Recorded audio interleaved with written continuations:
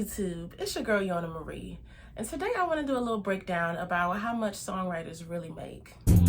Yona Marie music, create with me. So usually when you think about a hit song that is doing 1 million streams on Spotify, out on the radio all the time, you think about the artist, you might think about the producer, and you might give a little bit of a thought to a songwriter. But the songwriter is a huge part of what makes a song really magical. A lot of times, depending on the genre, they put a whole bunch of effort. Sometimes the whole bulk of creative effort behind the lyrics and the music. Sometimes the producer might split a lot of that creativity too on genres like hip hop and R&B, where the producer is responsible for making the beat, while the songwriter is in charge of doing the lyrics and the melody. But sometimes for genres like folk or singer-songwriter music, the songwriter writes all of it. They come up with the chord progressions. It doesn't need a whole fleshed out instrumentation. Sometimes it's just a singer and a guitar. Sometimes it's just a singer by itself.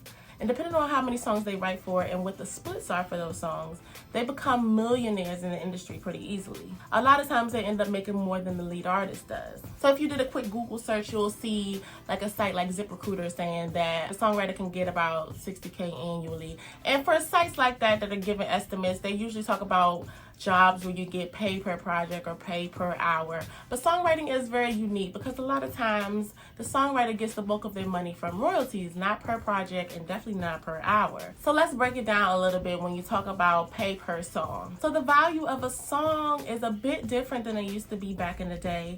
A lot of times back in the day when a song got big, it was solely the huge label that was backing it. So the songwriter was actually hired to the label, and the songwriter and the label had some type of written agreement on what they would get paid per project. A lot of times the songwriter wouldn't receive upfront pay. It wouldn't be paid per project. It would just be the amount they're making off of royalties. But in today's world, things are a little bit different. A lot of people are taken to the internet world, thankfully, to create their own magic, create their own tunes. A lot of small businesses find themselves in need of songwriters. A lot of people just want to collaborate on their own outside of being signed. And this creates an opportunity for people to make money different ways than they used to back in the traditional way that the music industry operated. I hear a lot of people that was signed to labels as writers complaining that they had to come out of pocket for the studio sessions, for the food, for transportation, all of that, because the way the labels operate, they're like, okay, you're gonna get your money on the back end after the song performs well. So it creates somewhat of a toxic environment for a songwriter that is trying to make a living, trying to pay bills, and the royalties from their work doesn't come until several months, maybe even years after the fact. So the type of royalties that a songwriter and or producer can get from a song being successful is called mechanical royalties. And that can account for up to 9 cents per sale of a song, or about 2 cents per stream.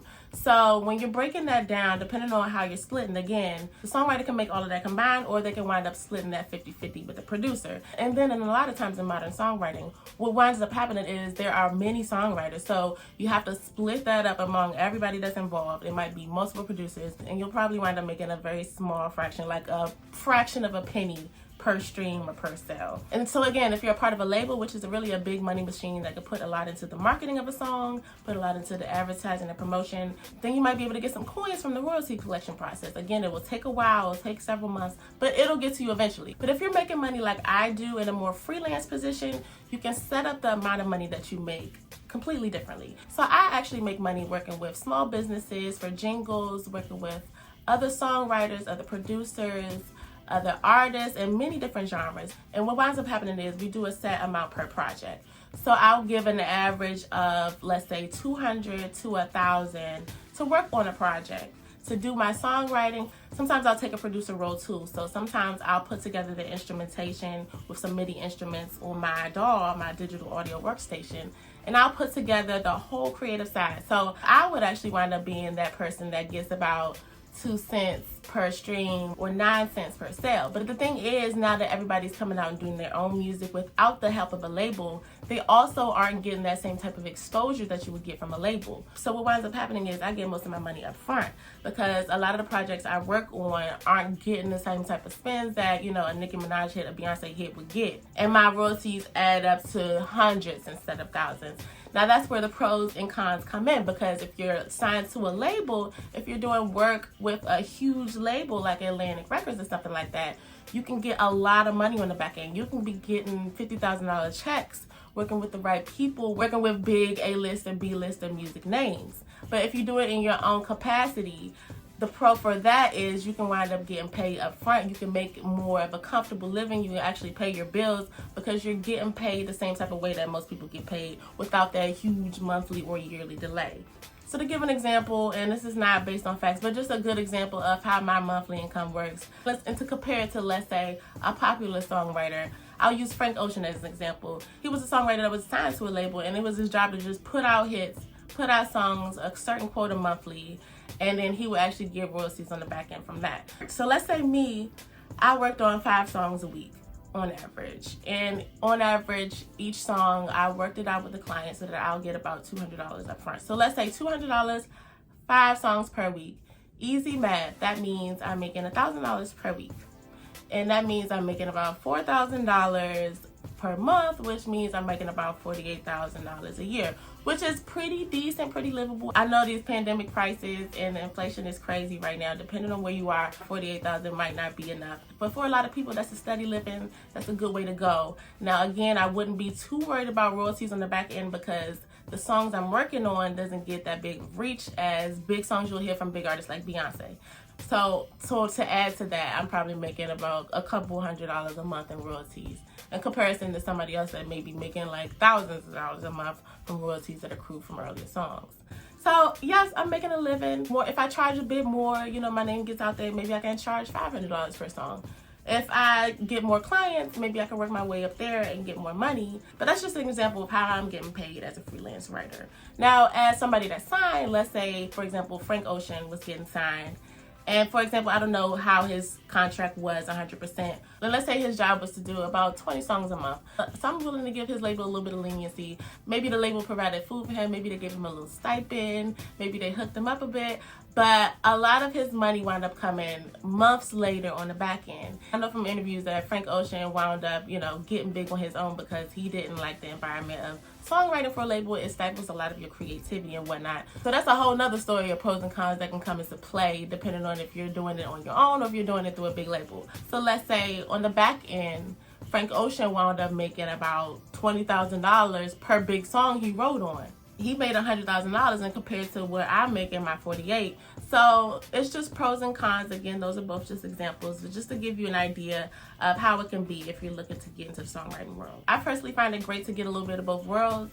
I've worked on a couple projects that actually had a lot of royalties coming in on the back end. So I was able to make money, you know, up front per project and also get a few $100s, a few $1,000s in addition later that I wasn't expecting. So it was kind of like a bonus gift that came after. And again, it's not going to be as big as the bonus checks that you'll get working for a huge artist. I have yet to be able to write for somebody that's giving me a huge royalty check like Frank Ocean has gotten, I'm sure. But just to give you an idea of how you can break into the industry without needing to get a big label to sign you or without needing to get involved with big celebrity names, because in this world today, there are tons of people doing what I do. It's a lot of people working from home, writing from home, singing from home, playing their instruments from home. It's a lot of businesses, again, who need music, who need writing. And a lot of people like me are becoming successful because a lot of small businesses or independent artists don't have the access to the writers on the label or the celebrities on the label to get the music that they need for the projects. But there's a lot of talent out there like me that can work on their projects for a very affordable price in comparison to the price of something like, you know, Atlantic Records might hit you with. So there's a huge space for us as creators to come into the creative world as more freelance instead of getting involved with labels and big companies directly. I recommend you're very aware of the deals you're doing. A lot of freelance sites like the one I work on, a Fiverr, the terms are actually for work for hire. So a lot of times, unless you specify differently, if you're working on a project with somebody through a freelance site like Fiverr or Upwork, you're actually giving the rights to that person, so you won't be able to collect royalties, which again, it might not be a big deal because a lot of the times these projects are so small that they won't collect royalties anyway. But you just have to be smart about what risk you're willing to take, because you might come across somebody while you're in your freelance capacity who wants to work with you, and let's say who agrees to a $500 project, but they actually will make a lot of money on royalties in the back end that you might be missing out on if you agree to a work for hire project. So I just wanted to get some details out there for those who want to be songwriters like I am. And I want to encourage you to create your own agreements. No matter what you put in an agreement, if you and the client or you and the other person you're working on agrees with it, that's all that matters. You don't have to follow what these labels are doing. You don't have to follow how the music industry used to be. It's a new world, so you can do what you want with it. In that sense, it makes it very exciting. Thank you for tuning in, and if you want more tips, check out my website at yonamarinemusic.com, and I will see you next time.